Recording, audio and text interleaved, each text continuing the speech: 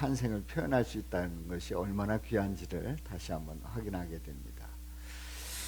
자, 우리 옆 사람들하고 인사 나눕니다. 기쁘다 구주 오셨습니다.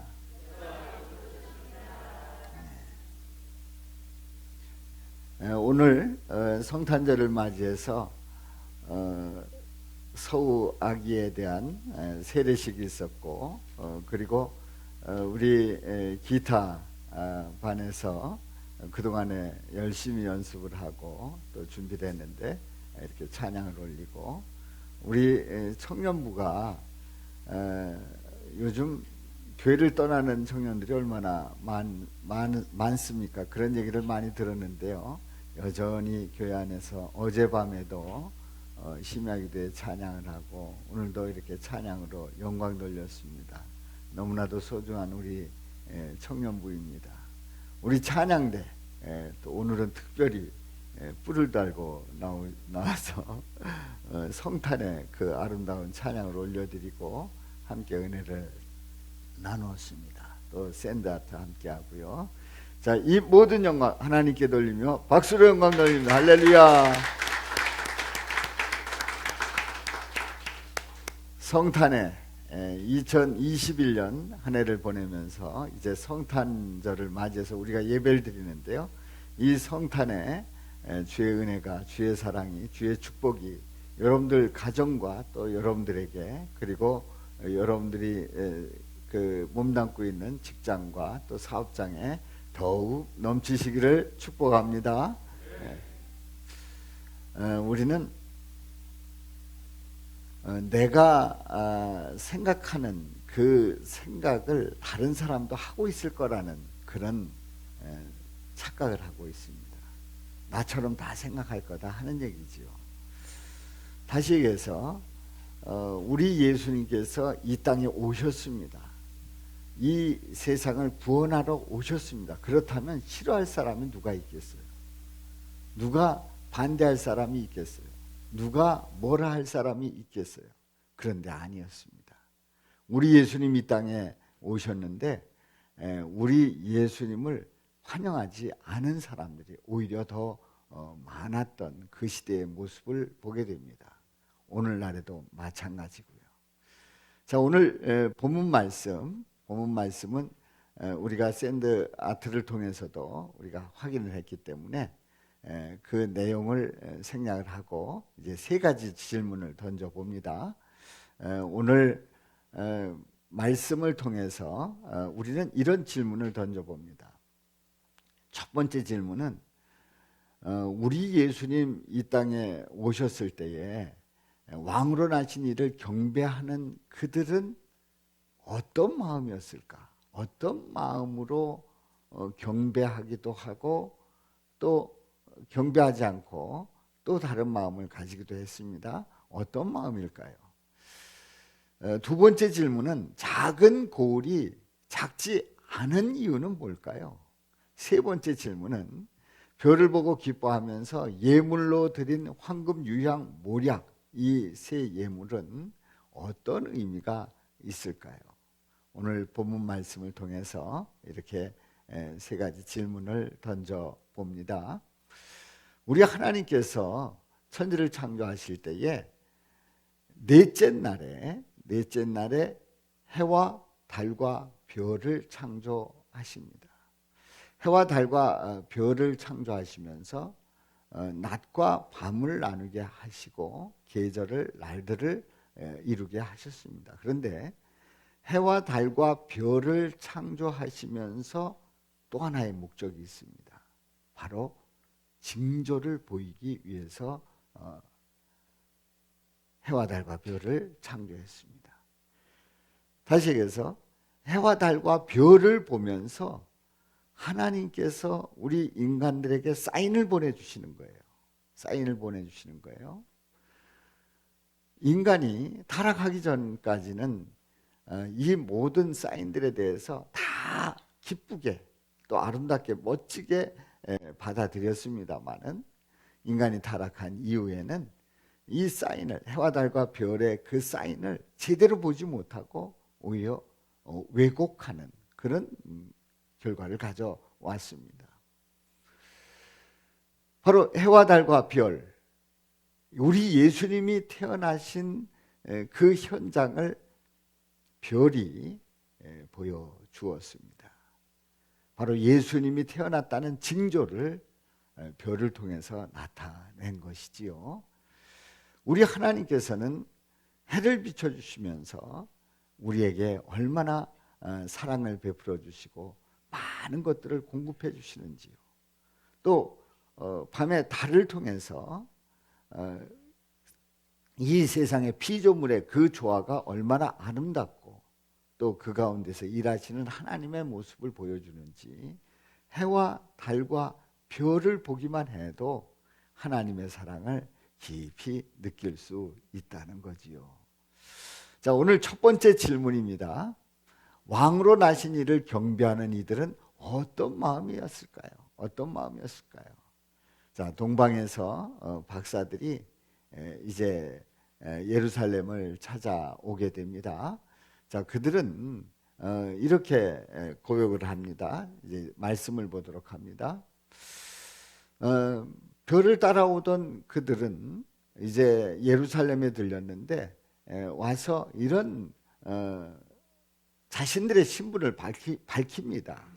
유대인의 왕으로 나신 이가 어디 계시냐, 어디 계시냐. 우리가 동방에서 그의 별을 보고 그에게 경배하러 왔노라. 자신들의 신분을 밝히면서 그리고 우리가 왜 왔는지를 이제 말하고 있습니다.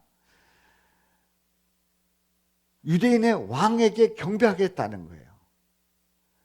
그들은 마음이 급했습니다. 빨리 만나고 싶었습니다. 정말 경배하고자 하는 그 마음으로 가득 찼습니다. 유대인의 왕으로 나신이라고 이렇게 자신들이 고백을 하고 있는데, 유대인의 왕이라고 하면 별 의심 없이 생각하기를 어디에서 태어났다고 생각할까요? 바로 예루살렘 왕궁에서 태어났을 것이라는 그 짐작을 했던 거예요. 당연히 예루살렘 왕궁에서 태어났을 유대인의 왕, 그 왕을 경배하러 온 겁니다. 사랑하는 성도 여러분, 이 동방 박사들은 이제 별을 따라오면서 당연히 그럴 거라고 생각을 했어요. 그런데 이 이야기를 듣고 함께 들은 이제 헤롯 왕이 심기가 불편한 겁니다. 아니, 유대인의 왕은 난데 유대인의 왕으로 오신 이가 있다는 거예요. 긴장하게 되는 거죠. 우리는 이러한 모습 속에서 다 표면적인 것만 보고 판단하는 그러한 인간의 모습을 보게 됩니다. 동방 박사들은 나름대로 별을 따라오면서 경배하고 싶은 마음은 있었지만은 당연히 유대인의 왕은 헤롯 왕궁에서 태어날 거라고 생각을 했어요. 이것은 우리가 평소에 생각하는 그 표면적인 그런 모습을 보고 일반적인 생각을 한 거예요.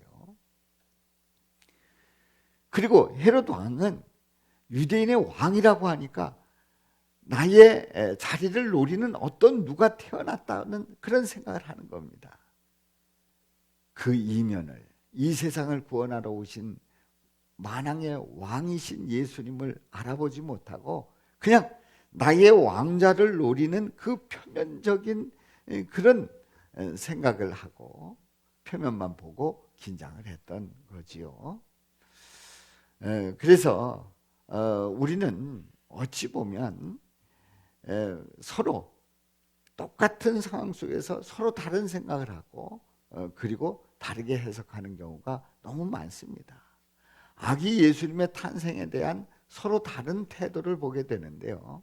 경배하러 온 사람이 있는가 하면 그 이야기를 듣고 엄청 긴장을 하고 심기가 아주 불편하단 말이에요. 어찌하면 좋겠습니까?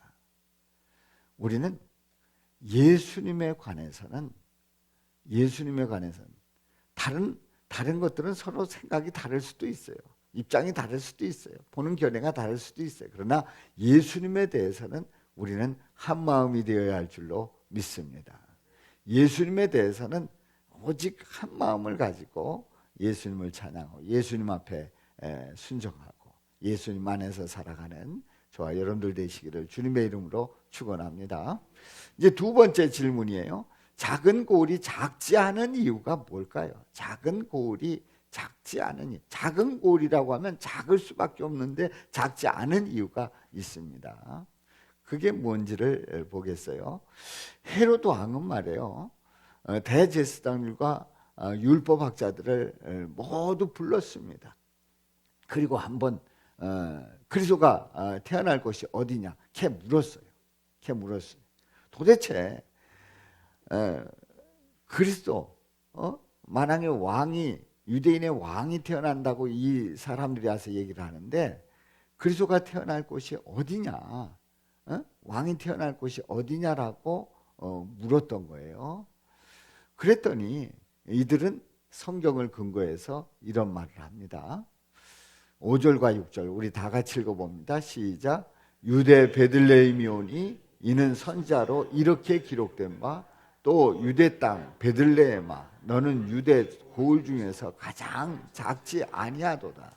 내게서 한 다스리는 자가 나와서 내 백성 이스라엘의 목자가 되리라 하였음이니이다.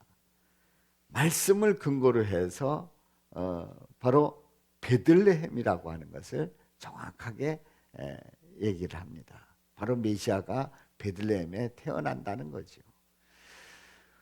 메시아가 베들레헴에 태어난다고 하는 것은 어떻게 보면은 예상치 못한 일이에요. 왜냐하면 베들레헴은 작은 고을이거든요.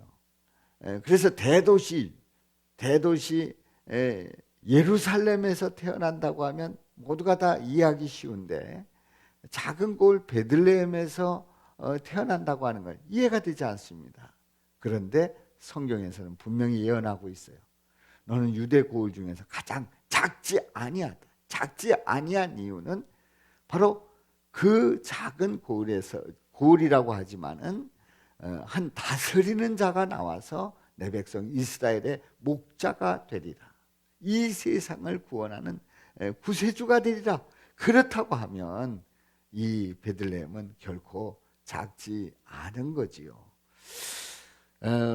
우리 인간들은 일반적인 표면적인 생각을 하기 때문에 그야말로 많은 사람들 속에서 훌륭한 인물이 더 많이 나올 거라고 생각을 합니다. 그런데 전지전능하신 우리 하나님은 작은 곳에서도 적은 수에서도 그리고 어찌 보면 별 볼 일 없어 보이는 그런 가운데서도 하나님의 귀한 뜻을 이루어 가시는 전능하신 하나님이신 줄로 믿습니다.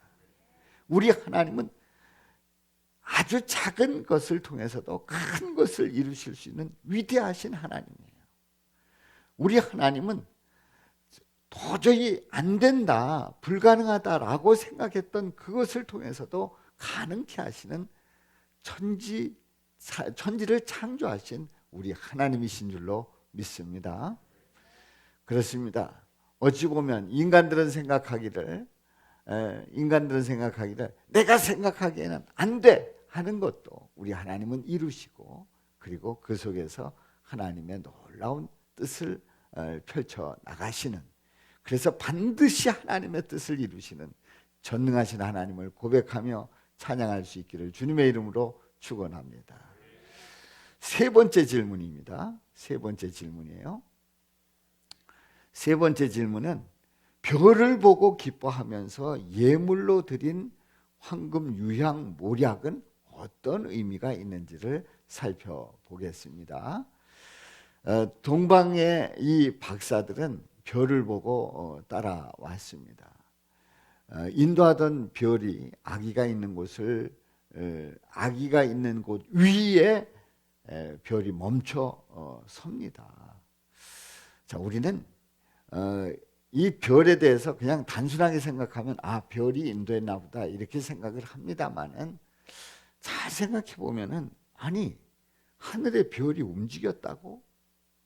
동방 박사들이 그 별을 보고 따라갔다고 하면 별이 움직였다고 하는 얘기인데 이것이 과학적으로 증명될 수 있는가? 이게 과연 말이 되는가 하는 그런 의문을 가질 수가 있어요. 그냥 별이 인도했다. 그럼 인도했구나. 이렇게 생각을 하면 끝나는 얘기인데 조금 더 생각을 해보면은 과학적으로 생각한다고 하면 상식적으로 생각한다고 하면 하늘에 떠 있는 별이 내려와서 그들을 인도했다고 하는 이 말은 도저히 이해할 수 없는 말이에요. 도저히 말이 안 되는 이야기입니다. 그런데요,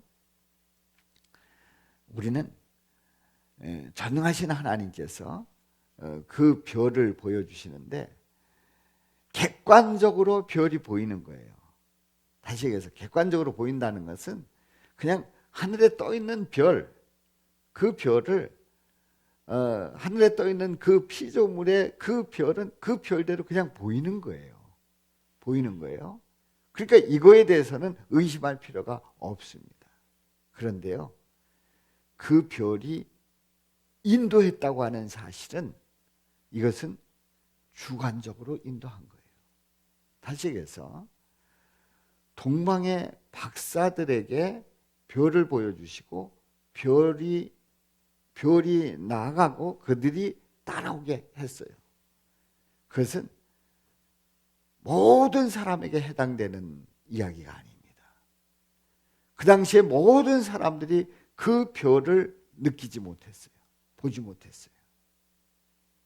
동방 박사들이 본 거예요. 다시 얘기해서 동방 박사들이 주관적으로 볼 수 있도록 우리 하나님께서 보여주셨고, 그리고 보여주시면서 그 박사들에게 바로 이 별은 아기 예수가 있는 그곳을 가리킨다. 그리고 그 별을 따라가라 하는 그 믿음을 주신 거예요. 그냥 일반적으로 객관적으로 생각을 할 때는 도저히 있을 수 없는 일이 벌어진 거지요. 그렇습니다. 하나님의 일은 우리가 생각을 할 때에 객관적인 그냥 평범한 그런 가운데서 다 누구나도 다 느낄 수 있는 그런 가운데 일을 이루시는 하나님이시기도 하지만은 어느 때는 주관적으로 바로 그 사람에게만 특별히 은혜를 부어주시는 그런 때가 있단 말이죠. 이 동방 박사들이 별을 본 것은 바로 이렇게 주관적으로 우리 하나님께서 보여주시고 믿음 주시고 그리고 그들을 이끄신 줄로 믿습니다. 아멘. 여러분들은 믿음 생활을 하면서 예수님을 만난 고백을 하게 됩니다. 예수님을 만난 그 고백은 모두가 다 똑같지 않습니다. 예수님을 만났다고 하는 것은 똑같지만은 만나는 그 체험은 사람마다 다 달라요. 또 그 상황 속에서 느끼는 그 놀라운 영적 체험이 다 다른 겁니다. 저는 저 나름대로의 영적 체험이 있어요. 예수님 만난 그 경험이 있어요. 주관적으로 우리 하나님께서 역사하셨다는 증거지요. 그렇습니다. 이렇게 별을 보고 따라온 이 동방 박사들은 별이 멈춰섰어요. 그 별이 멈춰섰을 때 너무나도 기쁜 거예요. 그 멈춰선 그 별을 보면서 너무나도 기쁜 거예요. 왜일까요? 별이 곧 누구를 상징하고 있다고요? 예수님이 태어나신 것을 사인해 보여주시기 때문에 별이 멈췄다고 하는 것은 곧 예수님을 보게 됐다는 거지요. 가서 보니까 아버지 요셉과 어머니 마리아와 그리고 아기가 있었습니다. 그리고 엎드려 경배하고 보배압을 열어서 황금과 유향과 모략을 예물로 드립니다. 황금과 유향과 모략을 예물로 드렸다는 그 의미는 뭘까요? 그냥 드린 게 아니에요. 우연히 드린 게 아니에요. 여기에는 깊은 의미가 있는 거예요. 이미 하나님께서는 이 동방의 박사들에게 별을 보여주시면서 그들에게 감동을 주셨고 그들은 예물을 준비해 왔어요. 바로 황금은 왕을 상징합니다. 바로 황금은 만왕의 왕이 되신다는 거예요. 예수님 앞에 황금을 드렸다는 것은 우리 예수님이 만왕의 왕이 되신다는 거예요. 유향을 드렸다고 하는 것은 바로 예수님이 제사장이 되신다는 거예요. 인간들을 하나님 앞에 나아가게 하는 제사장이 되게 하신다는 거예요. 모략을 드렸다는 것은 우리 예수님께서 어린 양 제물로서 기꺼이 드려진다고 하는 것을 말씀하고 있습니다. 우리 예수님은 인간들을 구원하시기 위해서 십자가에서 고난받으시고 피 흘려 죽으시면서 어린 양 제물이 되어 주셨고 바로 그 은혜로 말미암아 우리가 믿기만 하면 하나님의 자녀가 되는 그 권세를 허락해 주신 거지요. 황금과 유향과 모략의 예물 속에서 이미 예수님의 사역이 다 예고가 돼 있고 그 사역은 다 이루셨음을 우리는 말씀을 통해서 확인하고요. 그 예수님을 우리는 고백하면서 2000년 전에 태어나신 그 예수님을 다시 한번 축하하며 영광을 돌리며 예배를 드리고 있습니다. 바로 예배하는 우리 성도님들마다 우리의 마음속에 황금과 유향과 모략을 드릴 수 있기를 주님의 이름으로 축원합니다. 황금과 유향과 모략을 드린다라고 하는 것은 우리 주님은 우리의 왕이십니다. 우리 예수님은 나를 하나님께로 나아가게 하시는 제사장이십니다. 우리 예수님은 나를 위해서 기꺼이 자신의 몸을 내어 주셨습니다. 고백하는 저와 여러분들 되시기를 주님의 이름으로 축원합니다. 누가복음에 보면 그 목자들에게 예수님이 탄생하셨음을 예고합니다. 그리고 천군 천사들이 찬양을 부르며 하나님께 영광을 돌립니다. 뭐라고 찬양합니까? 누가복음 2장 14절 우리 크게 한번 외쳐봅니다. 시작. 지극히 높은 곳에서는 하나님께 영광이요 땅에서는 하나님이 기뻐하신 사람들 중에 평화로다. 아멘. 아멘. 그렇습니다. 지극히 높은 곳에서는 하나님께 영광이고 땅에서는 하나님이 기뻐하신 사람들 중에 평화를 누리는. 그래서 예수님이 우리에게 오셨다고 하는 것은 하나님께 영광 돌릴 일이요 우리에게 평화를 주시는 그런 귀한 일임을 우리가 다시 한번 고백할 수 있기를 주님의 이름으로 축원합니다. 이런 고백은 아무나 하는 것이 아닙니다. 누구든지 하는 게 아니에요. 바로 예수님이 구주이심을 고백하는 자만 할 수 있는 아주 특별한 찬양임을 다시 한번 확인하시기를 주님의 이름으로 축원합니다. 자, 왕은 별처럼 빛납니다. 왕은 별처럼 빛나요. 왕의 자리에 있다고 하면 우리 샌드아트에서도 그 헤로드 왕을 표현할 때에 헤로드 왕의 모습을 보면서 이 왕관이 딱 씌워져 있는 거 여러분들 보셨죠? 어쩌면 그렇게 세심하게 표현하는지 모르겠어요. 왕관이 딱 씌워져 있어요. 빛나는 거예요. 왕은 별처럼 빛나는 자리. 그야말로 뭐 왕이라고 해서 다 좋은 일만 있겠습니까? 그러나 왕의 자리는 누구도 넘볼 수 없는 위험 있는 빛나는 자리예요. 그런데요, 우리는 만왕의 왕으로 오신 바로 예수님이 태어난 곳을 하늘의 별이 인도해서 알려주는 것을 오늘 이 말씀을 통해서 확인해 봅니다. 왕으로 오신 예수님, 그 예수님이 별을 통해서 빛나고 있고 그리고 빛나게 인도하고 있는 모습을 보게 되지요. 만약에 우리 예수님이 태어나시지 않았다고 하면 그 별은 뜰 필요가 없습니다. 동방 박사들에게 보여줄 별이 없는 거예요. 별을 보여줄 필요가 없는 거예요. 우리 예수님 태어나지 않으셨다고 하면 하나님께 영광이고 그리고 모든 사람에게 평화일 수가 없습니다. 우리 예수님 이 땅에 만왕의 왕으로 오셨기 때문에 별이 빛난 것이고 그리고 그 별을 보면서 모두가 다 기뻐하며 또 찬양과 영광을 돌리게 된 것이지요. 하나님 아버지는 인간들이 그냥 아무 별이나 보고 그저 저 별은 나의 별이다 생각을 하고 그리고 세상을 따라갈 때에 방향을 잡지 못할 때에 우리 하나님 아버지께서 별을 보여주셨어요. 어떤 별이요? 예수님이 태어나신 그 별을 보여주셨습니다. 그리고 인간들을 인도하시는 거지요. 오늘 이 말씀을 통해서 우리는 참으로 복 있는 사람들을 보게 되는데 누굽니까? 동방박사들이에요. 동방박사들은 주님께서 우리 하나님께서 동방박사들에게 알려주실 때에 그들은 의심하지 않았어요. 그 믿음을 불어넣어 주실 때에 의심하지 않았어요. 확신을 가졌어요. 확신을 가지고 그리고 별이 인도하는 대로 의심 없이 따라갔어요.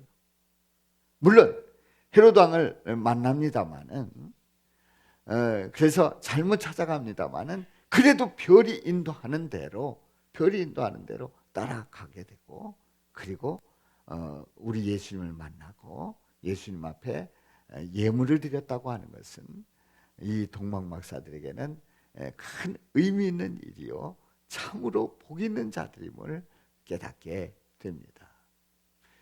예수님 앞에 가장 먼저 예물 드린 이 동방박사들 얼마나 복 있는 자들입니까?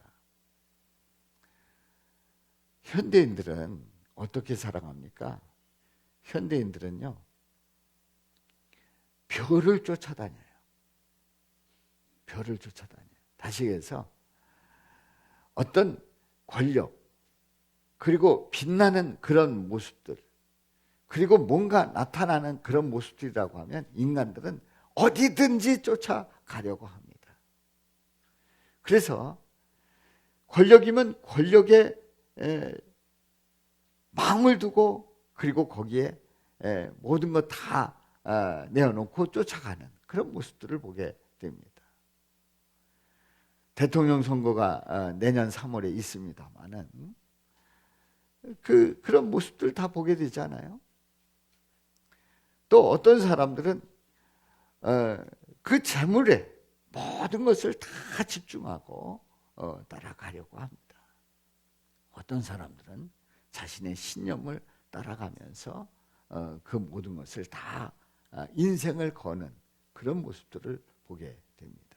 그러나 사랑하는 성도 여러분, 그런 것들은 우리를 구원하지 못합니다. 권력이 우리를 구원하지 못합니다. 돈이 우리를 구원하지 못합니다. 우리의 신념이 우리를 구원하지 못합니다. 우리를 구원하시는 분은 오직 예수님이신 줄로 믿습니다. 오직 예수님. 2000년 전에 오신 우리 아기 예수님, 그 예수님이 우리를 구원하러 오셨습니다. 예수님만이 우리를 구원하시는 줄로 믿습니다. 그러므로 하나님의 자녀는 성도는 어때야 될까요? 성도는 어떤 자들일까요? 만왕의 왕으로 오신 예수님이 태어난 곳을 하늘의 별이 인도할 때에 동방박사들처럼 따라가는 자들이 성도들이에요.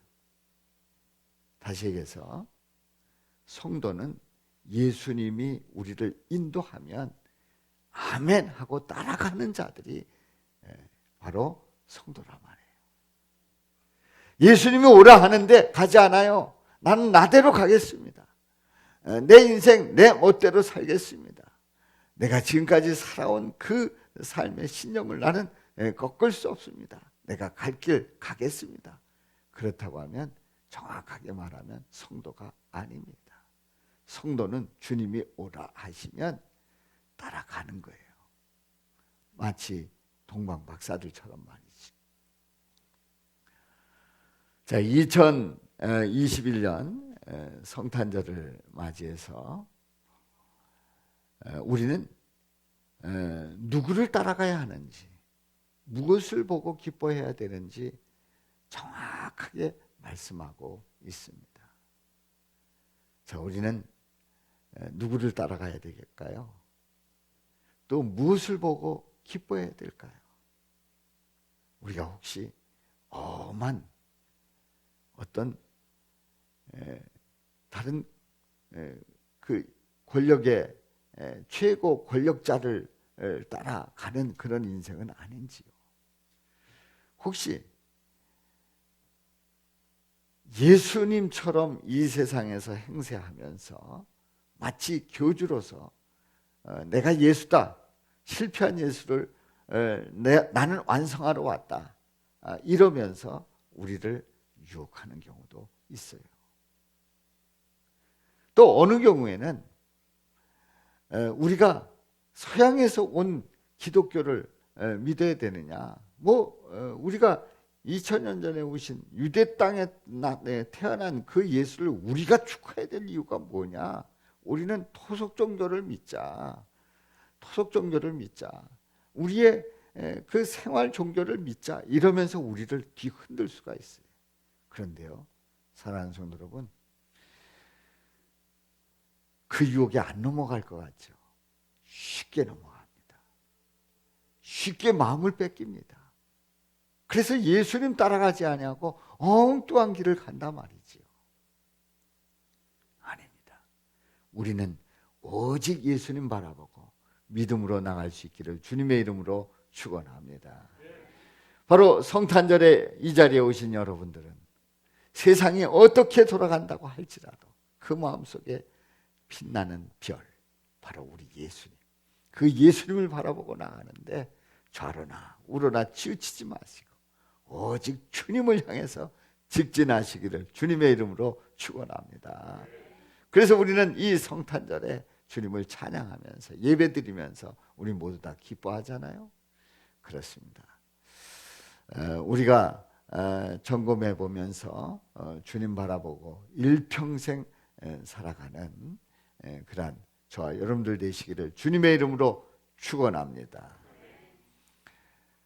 자, 우리 한번 외쳐보겠습니다. 별을 따라가지 않으면 예수님을 보고 기뻐할 수 없지만 별을 따라가면 예수님을 보고 기뻐할 수 있다. 결국 여기서의 별은 예수님이죠. 예수님이에요. 우리 다 같이 외쳐봅니다. 시작. 별을 따라가지 않으면 예수님을 보고 기뻐할 수 없지만 별을 따라가면 예수님을 보고 기뻐할 수 있다. 아멘. 기도하겠습니다.